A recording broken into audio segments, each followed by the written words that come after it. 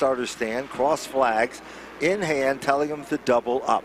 Again, the story is 8 laps, 8 circuits for the Mighty Modifieds, round number 1 of 5. 8 cars basically in each and every one of the qualifying event.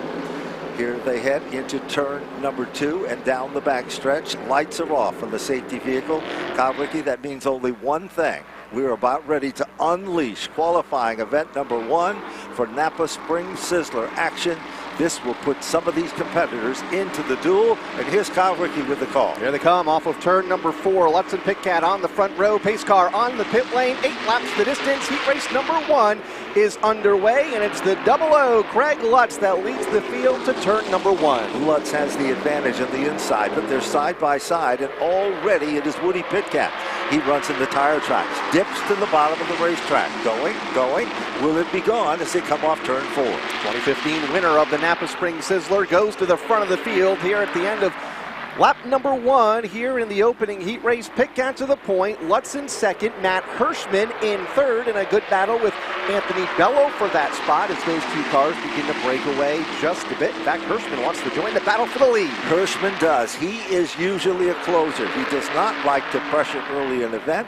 He's setting back in that 3rd spot. 3rd is good enough to make the transfer, but not good enough to where you want to be in the start of the dual event. Meanwhile, Anthony Bellows moved into the 4th spot. Bellows running on rails. He is right there, and now rounding out the top 5, it is Santos with the Tinio, number 44. Failing to qualify for this race a year ago, Bobby Santos, the 3rd right now in the top 5, putting himself in good position for the start of the dual qualifying races later tonight. Halfway home, 4 down, 4 to go for race leader Woody Pitcat, who draws away by about a car length and a half over Craig Lutz at the front of the field. Craig Lutz tried to make a dip to the bottom of the racetrack. The car got down on the flat part of the track. You don't see it from the vantage of the grandstand, but it actually flattens out there. Had to pull it back in the line. Car number 00 is still setting in second. Hirschman still waiting for the curtain call in the 3rd position. Top 5, single file, and then we've got Matt Swanson, who has moved into the top 6. Spencer Davis back in 7th, and Buddy Charette in position number 8. Here they come, 2 laps to go, no change at the point as we keep an eye on that battle for second. Now a battle for the lead with Pitcat, Lutz, and Hirschman. Here comes Anthony Bello, just a couple of car lengths back. Pitcat so good off of the corners, off of 2 and off of 4. Lutz gains that ground back, entering turns 3 and turn 1. Let's see if he can cut the ground even more as they go back to 1 for the final time. He tries to go to the outside this time. It doesn't work. It looks like he's got one more shot at it. Lutz comes off the turn like a rocket. Pitcat pulls away. They come off turn number 4. Here comes Hirschman down in the gravel. He works his magic at the finish. It is Woody Pitcat to take down the win, car number 88. Craig Lutz to finish in 2nd. Matt Hirschman will finish in 3rd. Anthony Bello to finish in position number 4. Then it's Bobby Santos, the 3rd and 5th. Matt Swanson in 6th. Spencer Davis 7th. Buddy Charette will round out the 8 finishers. Again, we are just setting the starting lineups for the twin 40-lap Napa Duel qualifying races later tonight. And with Woody Pitcat winning this first heat race, that means he'll be on the pole for the first of the 40 lappers later this evening. And that is exactly where he wanted to be. He's going to be the rabbit chased by the dog in that one. Round number 2 is scheduled to come rumbling onto the racetrack, and car number 9, Connecticut, will be the S&S Asphalt Paving Start-Finish Motorsports Wicked Power Sports Machine. From Bethlehem, Connecticut, it'll be Chase Dowling. Second starter, car number 16 from Norwalk, Connecticut, the Blue Mountain Machine and Future Homes entry for one of the dual winners a year ago. It's Ron Silk. Row number 2 to the inside. He was quick in practice. The Rick Zarnecki Best Auto number 20.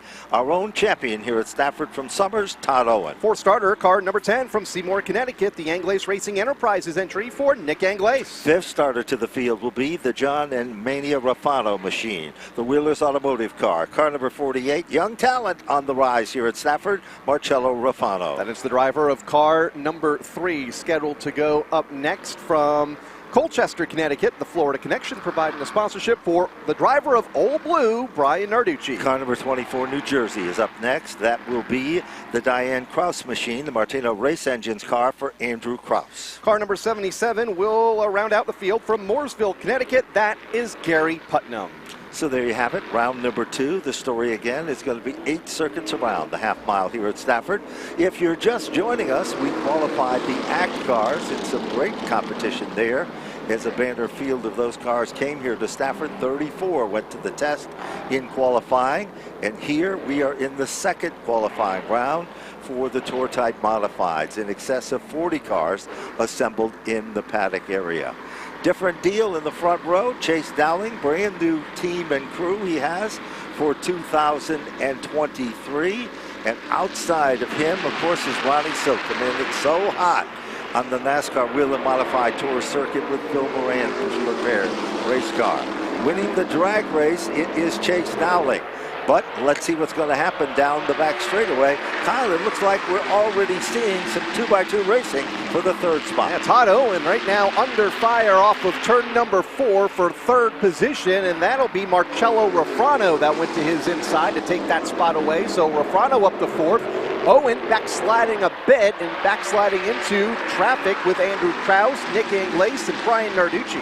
We've got a lead change. It's Ronnie Silk. He just went to the inside, and he just went on by. Meanwhile, Marcello Refrano, he's showing why he's not just a young, talented driver, but he is considered one of the best. When you run that close and with Chase Dowling, bonsai move into turn number 3, it is Marcello Refrano up to second.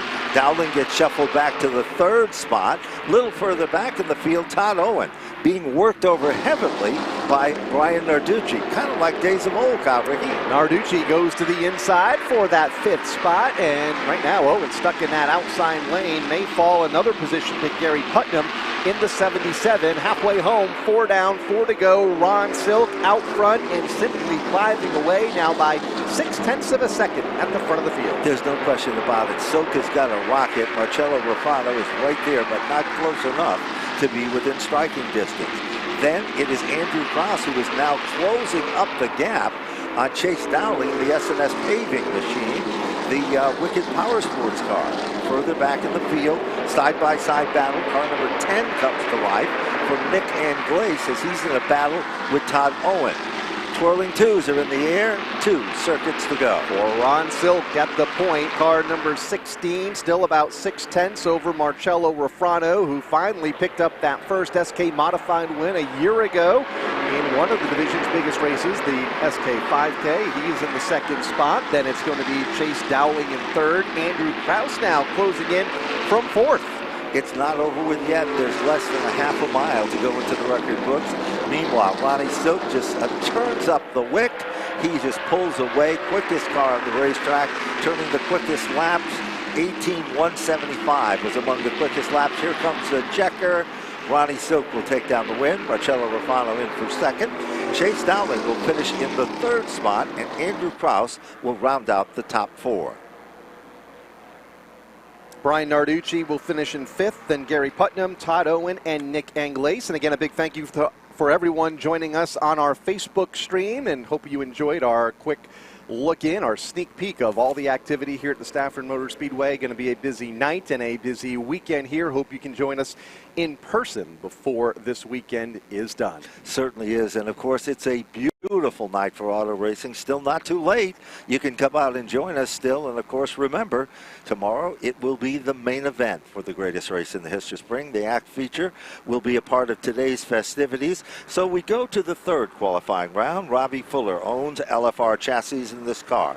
The M&T number 17 from Walcott, Connecticut for Michael Christopher Jr. Second starter, car 55 from Framingham, Massachusetts. The All Phases Renovations entry for Ryan Doucette. Mid-State Site Development brings us car number 31 from Andover, Connecticut. It is Noah Corner. Outside of row 2, car 57 for the Mark Payne owns machine, the M&M Stone Creation sponsored car from Berlin, Connecticut. It's Keith Rocco. This gentleman was one of the quicker cars in practice in the Monaco Ford Chassis Pro DP Motorsports.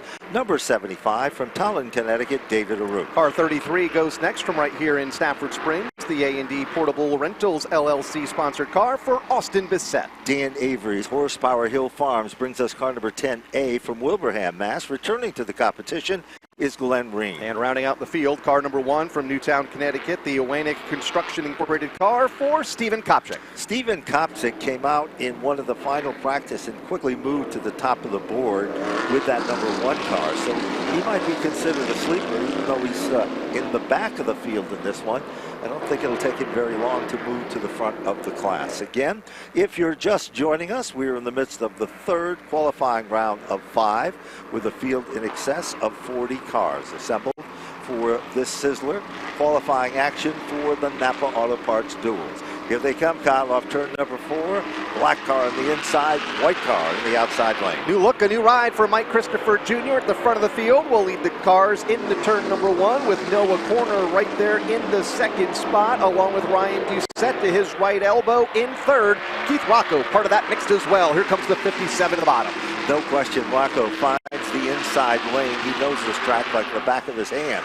Right behind him is David Root in that Monaco Ford machine, car number 75. Root continues to dig on the inside. Rocco moves into the 3rd spot. And what about Noah Corner? Behind David Root, moving into contention, is Austin Bissett right there to challenge as he works some magic. And Glenn Reen is also there. And now Stephen Kopchik comes to life with car number 1. And Ryan Doucette right now has his hands full. That 55, the lone car in the outside lane after starting at the front of the field, has backslid to nearly the back of the pack. Only Austin Bissett is behind him. And you mentioned Kopchik making moves further back. He's looking to make another move just outside of the top 5. Meanwhile, back up front, we've got Noah Corner, who's literally all over the back bumper of Michael Christopher. When this car came out for a test here at Stafford that Michael Christopher has, everybody was talking about the car and how impressive. Look at Corner. Dive bomb move to the inside. Going? Yes, he's got it. Noah Corner just showed Michael Christopher a brand new line down in turn number 1. Made it stick and made it work. Goes to the front of the field for the driver of car number 31, Noah Corner from Avon, Connecticut, to the point, leading this qualifying event with just a handful of laps to go. We reach the race's 2nd half. Coming in, here comes Keith Rocco into frame in 3rd. David Root right there in 4th with 2 laps to go this time. They come off the turn. There's a 4-car bid up front with 2 circuits remaining, 1 mile in the competition. Nobody's stepping out of line so far. And Noah Corner has been the surprise of this one. What a great move to take the lead. Michael Christopher still in 2nd. Keith Rocco seems to be riding it out, but it's 1 lap to go. With Noah Corner at the point, Mike Christopher Jr. there in 2nd. Rocco challenging from 3rd. He'll single it out off of turn number 4. A 4-car breakaway at the point. It's cornered by a car length. As he comes off turn number 4, here comes Christopher. Rocco slipped up the track. Here comes David Root. The checkered flag is out, and it is Noah Corner. An impressive run with car number 31. Michael Christopher finishes in 2nd. Keith Rocco for 3rd in a squeaker over David Root to finish in 4th. Then it was Stephen Kopchik in 5th, Glenn Reen in 6th, Austin Bissett 7th, and Ryan Doucette rounding out the 8 cars in qualifying race number 3 for the Open Modifieds. And if I do the math right, trying to think of how this, he's going to start from 2nd. That's correct. In the first duel later tonight. That is absolutely correct. Now let's take a look at our qualifying round number 4 for the Tour Tide Modifieds. And car number 75, Connecticut, will be starting at the point. If the car looks familiar, it should. His uncle, the legendary Carl Pastriak, drove that car very successfully here. It was put away for a while, but it returns. From Lisbon, Connecticut, the Dolly's Collision and Custom Cars, number 75, Connecticut, for Chris Pastriak. 2nd starter, car number 50, former SK champion here at the Speedway from Lebanon, Connecticut, the Empower Financial Advisory car for Ronnie Williams. The man starting in the 3rd spot, they call him Showtime. Driving the Ryan Fisher machine, the primary services car. John Beluit, the 3rd Incorporated, is, of course, the sponsors, and that, of course, is Jimmy Beluit. Outside of row 2 from Agawam, Massachusetts, it's the 50G for Jeff Gallup. And then we go to car number 4, New Hampshire. That is the Michelle Davini Racing Enterprises Extreme Racing car from Millis, Massachusetts. One of the talented drivers for the 4, New Hampshire. It is Tommy Barrett Jr. 6th starter, car number 24. for Mikey Flynn from Hamden, Massachusetts, the Place Motorsports sponsored car. So next we go into the number 1B machine will be our next starter on the field. And that, of course, is car number 1B for George Bissett Jr. out of Danbury, Connecticut, in Ted Anderson's car. Car number 24 is next from Hamden, Massachusetts. That is Mikey Flynn starting in 6th. Then it's car number 79 for John McKennedy out of Chelmsford, defending champion of the Wheel and Modified Tour, the Middlesex Interiors car. And then rounding out the 8-car field, car number 3 from Modus, Connecticut, the AAA Consulting LLC sponsored car for Matt Galko. So there you have it. Round number 4 is set to go racing again. The Pastriac machine. Ronnie Williams in the Adam Scavora prepared race car on the outside of the front row. We've seen a lot of success and championships as well here at Stafford with the familiar number 50 race team. So let's see what they can do. Keep your eyes also in this qualifying round. Jeff Gallup comes back to the competition as well. George Bissett Jr. out of Danbury, Connecticut. He came up through the ranks here, Kyle, and we've watched him be a success in every division that he has competed in. And this, of course, is Ted Anderson's car. It's a very good race car. And never count out the champion of champions, John McKennedy. Here they come. Green is out, and it is Chris Pastriac to lead the field back into turn number 1 for the first of 8 laps with Ronnie Williams to the outside. Then Jimmy Blewett, that 3rd car in line, 2nd car on the bottom. They are still tightly bunched at the front. Williams slides high in turn number 3. That opens the door for both Pastriac and Blewett. It certainly does, and right there with him is the number 1 of George Bissett. George Bissett Jr. moves into the 3rd spot. The car that goes and glows moves into the 3rd position. Here comes John McKennedy on the outside, battling back for position number 5. He's the only car out in that outside lane at this point. Williams' car shuffled back to the 4th spot. That was not what they were looking for. Jeff Gallup falling back on the bottom in that white car, the number 50, side by side for position number 5 with John McKennedy, who has the momentum in the outside lane. McKennedy will take that 5th spot away. Gallup back to 6th. Galko rounding out the 7 cars that are on the racetrack. Galko tries to squeak in to pick up that spot from Gallup. Can't do it this time. Meanwhile, down the back straightaway, it is Jimmy Blewett setting in 2nd, but right there with him is George Bissett Jr. Off the turn, halfway down and halfway to go. Here comes, well, all of a sudden, Ronnie Williams gets a 2nd win. Car number 50 that looked a few laps ago like it was going nowhere, jumps to the outside, falters just a bit, and Kyle, here comes John McKennedy. McKennedy goes right to the bottom of the racetrack, pulls up alongside George Bissett Jr., just in front of Ronnie Williams in the 50. All of this is from 3rd on back, 3rd, 4th, and 5th, getting at it, and McKennedy is getting gone in that 3rd spot. They are side by side for the 4th position with Bissett to the outside of Williams. Further back, it's Galko in and around Jeff Gallup for the 6th spot. Meanwhile, the number 1 car, George Bissett Jr., it drifts back just a bit, moving back to the 5th position. Here comes John McKennedy, bold move underneath Showtime. Blewett tries to shut the door. Meanwhile, McKennedy right there to contend. John McKennedy has a race car that is sticking like glue to the bottom of this racetrack. There has been nobody that's been able to run down there as quick as he is. Let's see what's going to happen. This time he's trying a different line. He's going to go to the outside. Into turn number 3 for the final time. McKennedy outside and in on Blewett, but it's going to be Chris Pastriac that takes the win in this 4th qualifying event for the Open Modifieds over Jimmy Blewett in 2nd in the 0-2. Then it was John McKennedy and Ronnie Williams rounding out the top 4. And finishing in the 5th spot, George Bissett Jr. with car number 1B. Matty Galko will finish in 6th, and Jeff Gallup will round out the top 7 cars in that qualifying event. Coming up next is our final qualifying round for the Tour Tide Modifieds.